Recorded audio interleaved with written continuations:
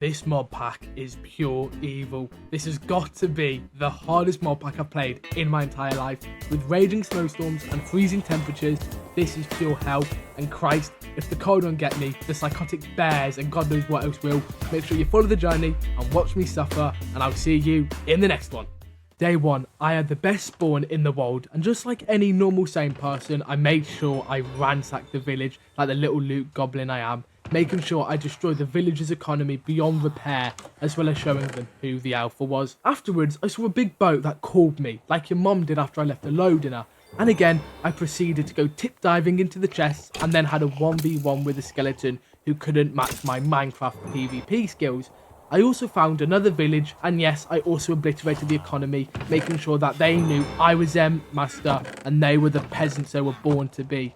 Afterwards, I made myself full iron armor and tools, even though they don't stand much of a chance in this mod, and I'll still get my ass clapped if I ever ran into something.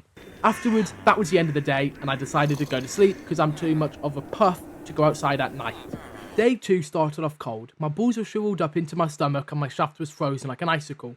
I found a waypoint, which was useless, but nonetheless I'd found one. Then I proceeded to have my ankles broken, and then my screen started bleeding, just like your mom when I was finished with her.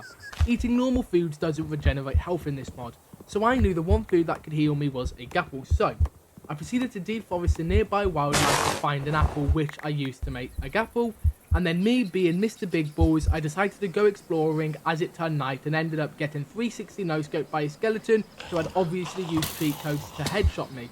But I shut my pants and I ran home while clenching my arse, and then that was the end of day 2. Day 3. I made up my mind and fell into the sweet relief of death and killed myself on the campfire. This would mean I wouldn't need to make any food to heal me, and I would have all my health back without needing anything. Afterwards, me being the daredevil that I am, I decided to head back into the temple in search of more loot I could get my grubby little hands on, but then got obliterated into a million pieces and died. I had a little cry, as well as releasing my anger on children in my basement because I can, and then decided to head back into the Death Temple to retrieve my items. After getting my stuff back, I went on an expedition for food because somehow your mom had ate it all.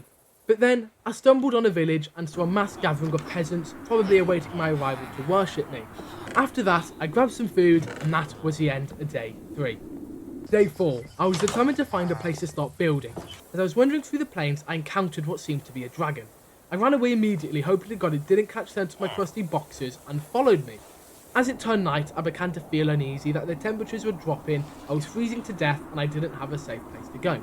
I suddenly shat my pants when my screen began shaking and a zombie horde was coming my way. Me using my epic game of